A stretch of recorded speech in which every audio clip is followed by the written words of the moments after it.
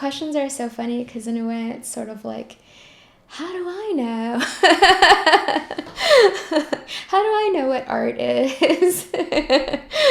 I mean, process, it's such a funny thing. I was critiquing a student's work yesterday, and she was actually I think, a really talented sculptor. But there was this one little piece off to the side of her kind of architectural installation. And I was looking at it and I debated, what I thought of it and what to say. And I said, came back to it and I was like, there's just this one part. It feels like maybe you didn't need it. And I was asking myself whether I should really say that or whether, like, who am I to say that? I mean, I'm there to critique her work, but it's her work. And she's like, I was making it. And then it just felt like there was something missing. And so I put it in there and I was like, that's the feeling I had.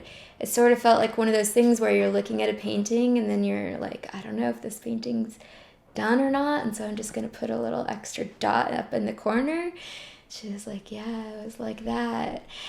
And I thought to myself, I was like, cool, so I'm learning more about how to read people's work. And then I was like, I should know how to read people's work. I'm an artist. I've taught art for many years. I get paid to talk about art, but then I'm like, you always feel like an imposter. Everyone always feels like an imposter talking about art, even talking about their own art, And so process, it's just one of those funny things.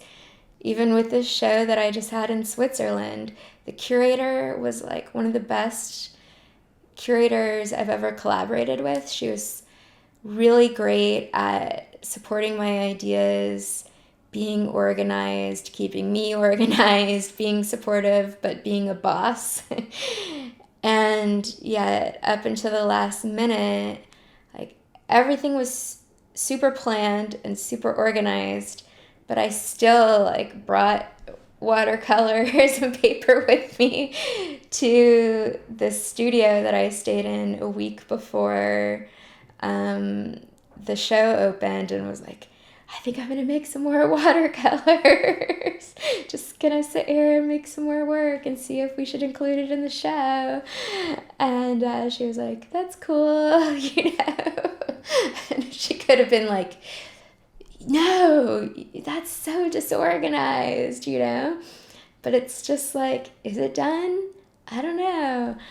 And you just keep, like, thinking about it. A lot of times for me, it can really often start with wordplay. It's really funny. I mean, I know I keep bringing up language and these kinds of wordplay things. My dad was a cryptographer, fluent in 9 languages, and growing up in our house, he was always saying cheesy puns.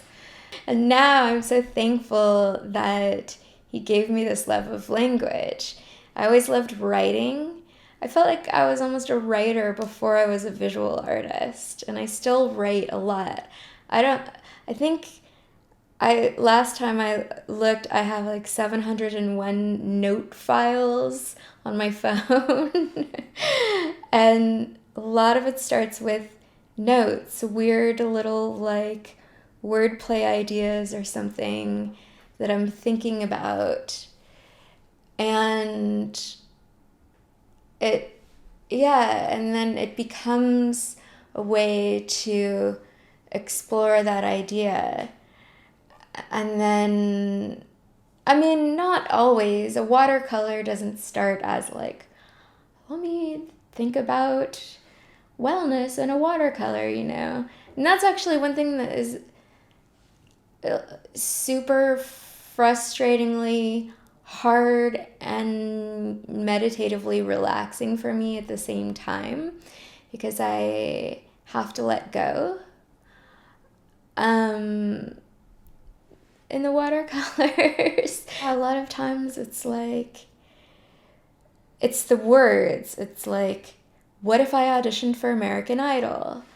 You know, it's that idea. And then it becomes the project, you know, or it's like this other thing I'm going to be doing in the future. It's like me as a woman in the future preparing for my first retrospective at age 90. It's like a statement, you know? It's like a proposition. And then I start thinking about what it would look like. So maybe this is a good way to explain process, because I'm thinking about something in the future. And then it's like, well, there would be a catalog.